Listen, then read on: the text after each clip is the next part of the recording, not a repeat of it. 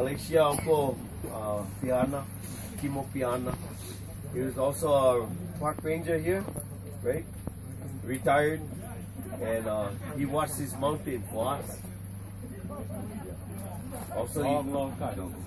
I don't know, he's the main core of the Nakoas at that time. When I look at him like that.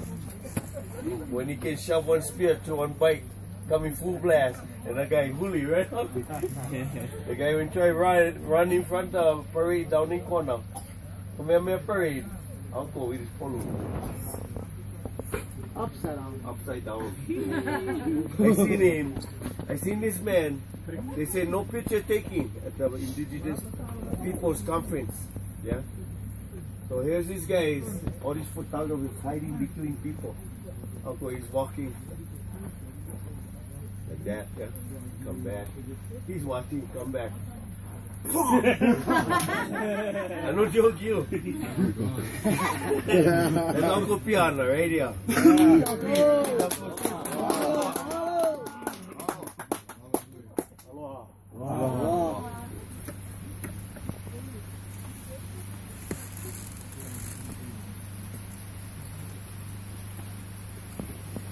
I used to aloha my ohana before I came up here, especially my wife. Because you know, every time I go on a mission, I don't come home for days. You only see me on TV getting arrested. The other thing is that I'm here to make sure that you folks are doing okay, your health and safety is intact, and no harm comes to you at all. I put the word out to the police department, DLNR, and the Hawaiian community, to include the Hawaiian Kingdom, the Attorney General of the Hawaiian Kingdom, Office of Hawaiian Affairs, the Board of Regents, University of Hawaii, Manoa, and I talked to all the directors of all the observatories at international arena, investors on this project that I've been against for a long time. I've been up against the development of this mountain ever since I was called upon by the Hawaiian Nation to come up here and find out what the hell was going on up here.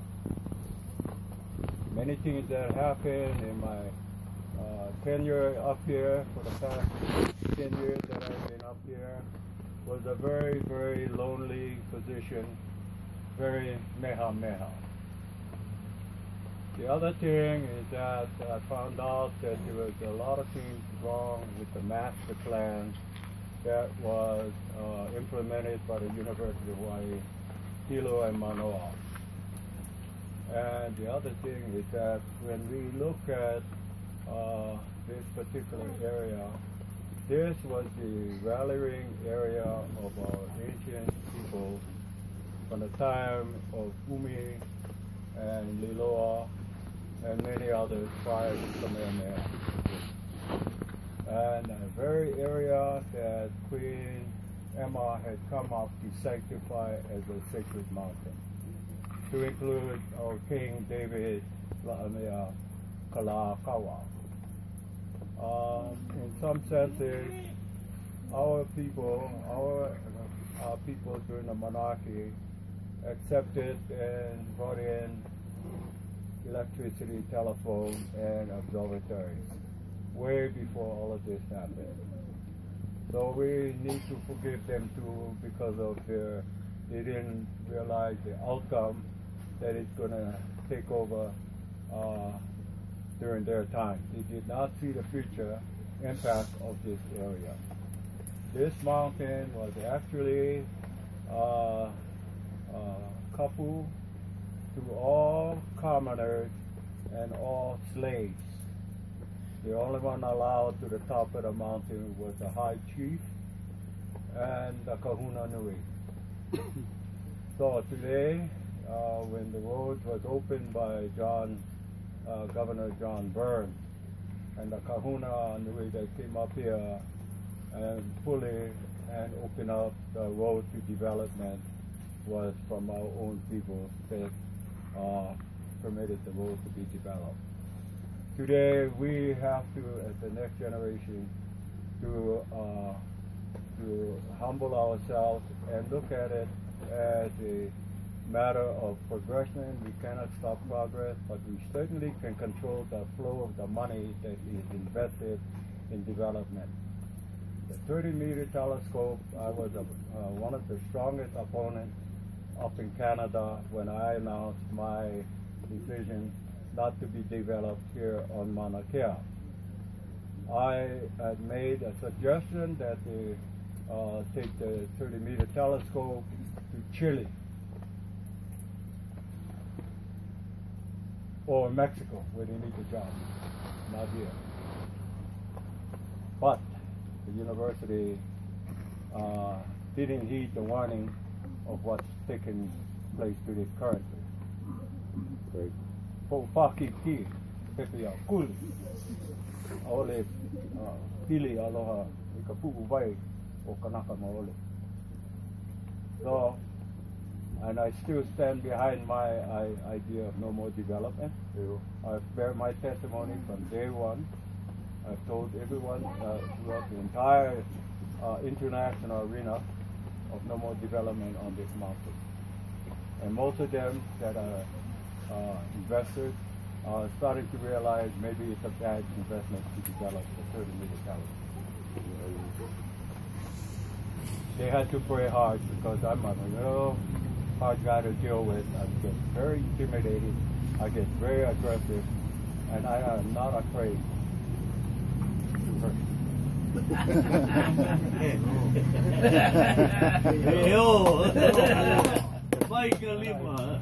I also want to let you guys know the day of the rest and the day that I had talked to Lanakila, because of my retirement and my position within the community and as a leader, I summoned him to come up here and kick ass. And to bring awareness that this development needs to shut down. The second thing is that I was assigned as a kahu to this mountain by Ali Inouye,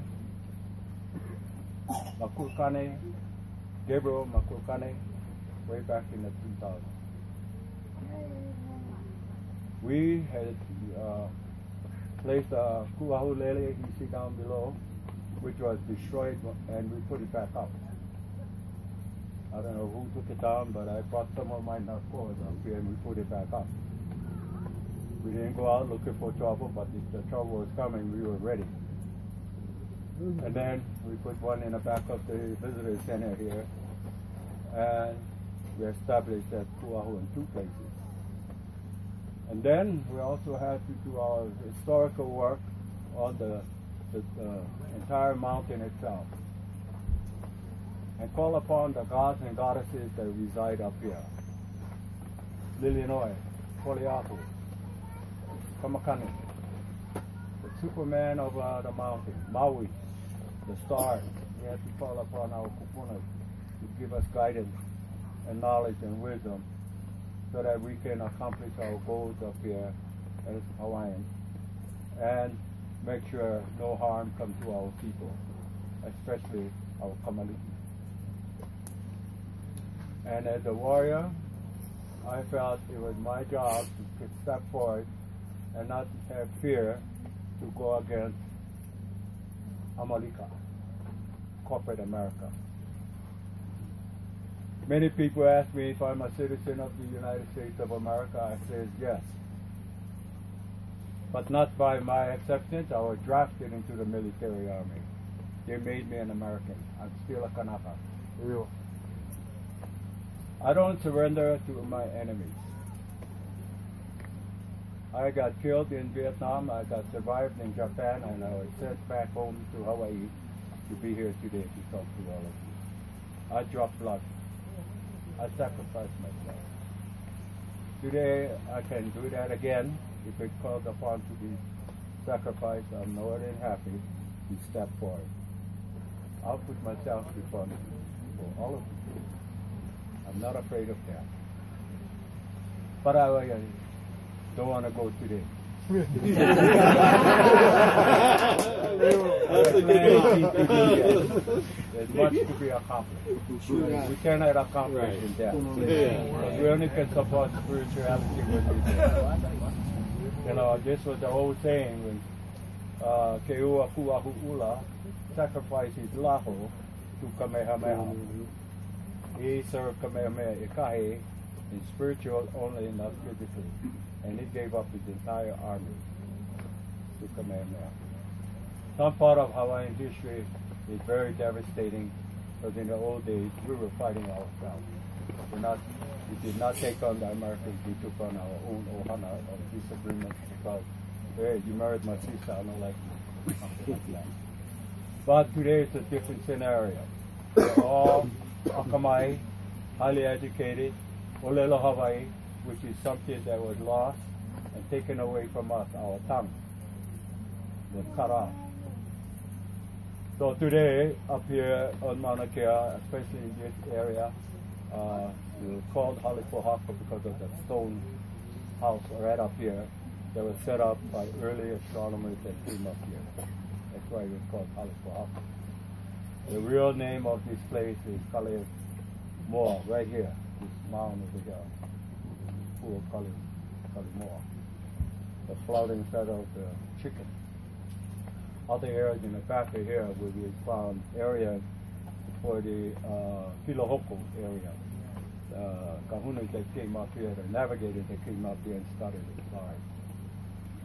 And the other thing is that I talked to Papa Mao of the Hokulea and brought him up here and introduced him to some of the stargazers and astronomers and given the stars over Hawaii and the Pacific, both the northern and southern hemisphere that was made available for him, so it could help our people, especially in Ainoa and Bertaman here today, Baba Yan, that is out there with the Hokulea and making a huge impact of the Hawaiian nation still existing as navigators out in the ocean. The challenge is the navigation toward the moon, the stars, and Mars. And that's another area that got the conscience of our people ever since Russia sent the Sputnik up in 1960. That started igniting astronomy to be developed all over the world. I had to visit many areas across the United States, Canada, Europe, Japan, Korea, Russia, India, because of the government taking over some of the sacred sites of their people, especially the American Indians in Arizona, Kit Peak, Mount Graham, Mount Fujiyama, Japan, and other places in Korea and India. And of course, the Canadians, like I told them, the region you guys cannot do it over here. Vancouver came here. He made the problem, not me. So the investment over here is huge because they cannot develop and put a big telescope in their area. They chose this site. They could do partners with the University of Hawaii. So when you're partners in crime, you can commit a crime. And what they don't see is that for the future, we're already there. We know what's going on in heaven. We're already out there in space. We need to utilize the money to do better things for our people, like discovering how to cure cancer and bring good health to our people that are here on Earth. As far as the futuristic idea of the big impact on the modern thing of media, nobody knows when that's going to happen. The Big Bang happened 14.7 billion years ago. Might happen again. But if it does happen, just bend down, pray to God, and kiss your ass goodbye. Amen. We know how to handle this situation on a level of common sense. And some of these guys don't have that common sense because they're spoiled by convenience and money. And I'm not here to get paid. I've never got paid. If I did get paid, I work for my pay. And I just wanted to let you folks know that I support your cause. Take care of yourself. Make it easy. Try not to make gestures like we're ISIS. That kind of sign, no good. We are not ISIS. We are not of the Muslim world. We're not here to destroy. We're here to build our nation in harmony and in peace. And no one is to be blamed for other people's ignorance and stupidity. And if your car broke down on the way up, you're on your own. Insurance is high up here. The nearest medical facility is about an hour away from here. This is why I started the Ranger program to bring health and safety and awareness. Everybody that works up here today is required to go to first responders class and render first aid, but not be mechanics. The mechanics is left to other maintenance department. Other things, I got words from so many managers and directors up here that we as people are abusing our authority and violating some of the things that we said we're not going to do. We're not going to desecrate. We're not going to bring harm to others. The restroom over here at the visitor station, someone went in there and wiped the kukai all over the wall. The visitor station has to clean it up. Please encourage your people. Use the law. Use it properly. You know, the kukai true. I hope that's true because we never ever saw the bathroom like that. Yeah. And we check on that bathroom all day long, every day. I just want to get the word out. There's just somebody spreading rumors. Make sure our people, behave, be calm, be respectful, and not love, be humble with each other. This is going to be a long battle, a long fight. It is not finished yet. It's just starting. Right. There's a lot of cases pending. We don't want to give our enemies any more ammunition. So in prayer and fully together and work together in harmony and don't sacrifice yourself by laying on the road because the car coming down cannot see you in your dark clothing at night. And that was one of the functions. I don't know. I have no idea. No way. Yeah. They at work. They can be here, kind of. You know what I mean? But be very careful. I don't want nobody to get hurt in the process. We don't need them. So, if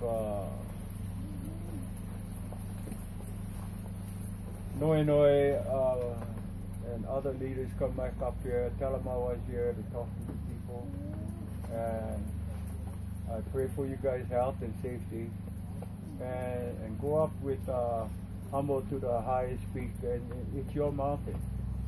You guys can go up there and offer your prayers and your makana and your whole kupu, and in a good sense, so that it doesn't bring harm to anybody.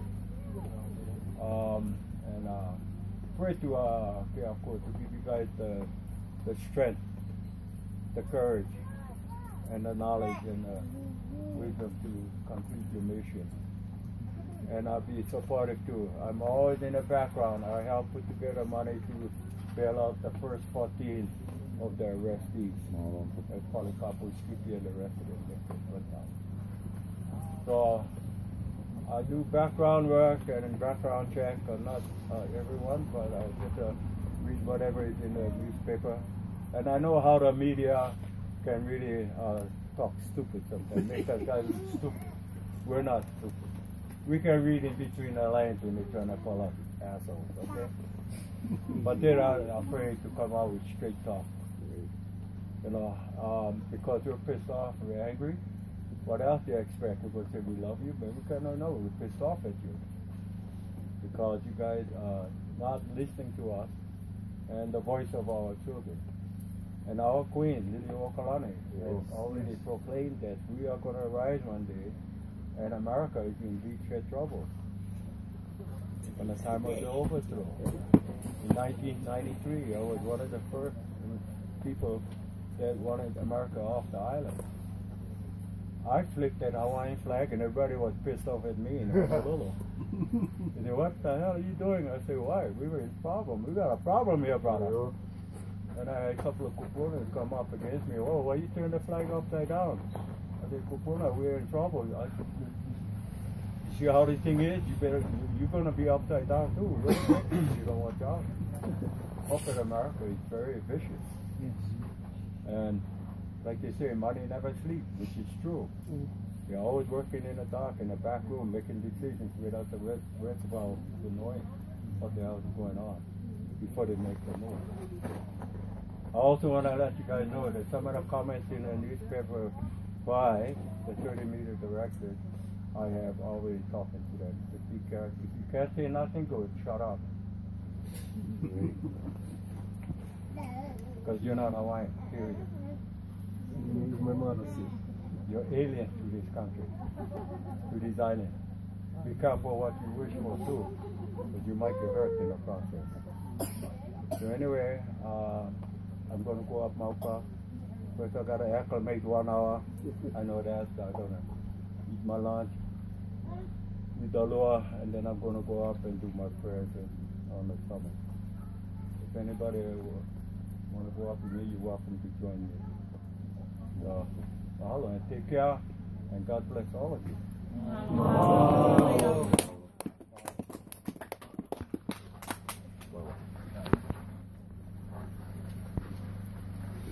You can quote me on that. You take that to the bank. Money no sleep. Neither does a fool. To the bank. That's all.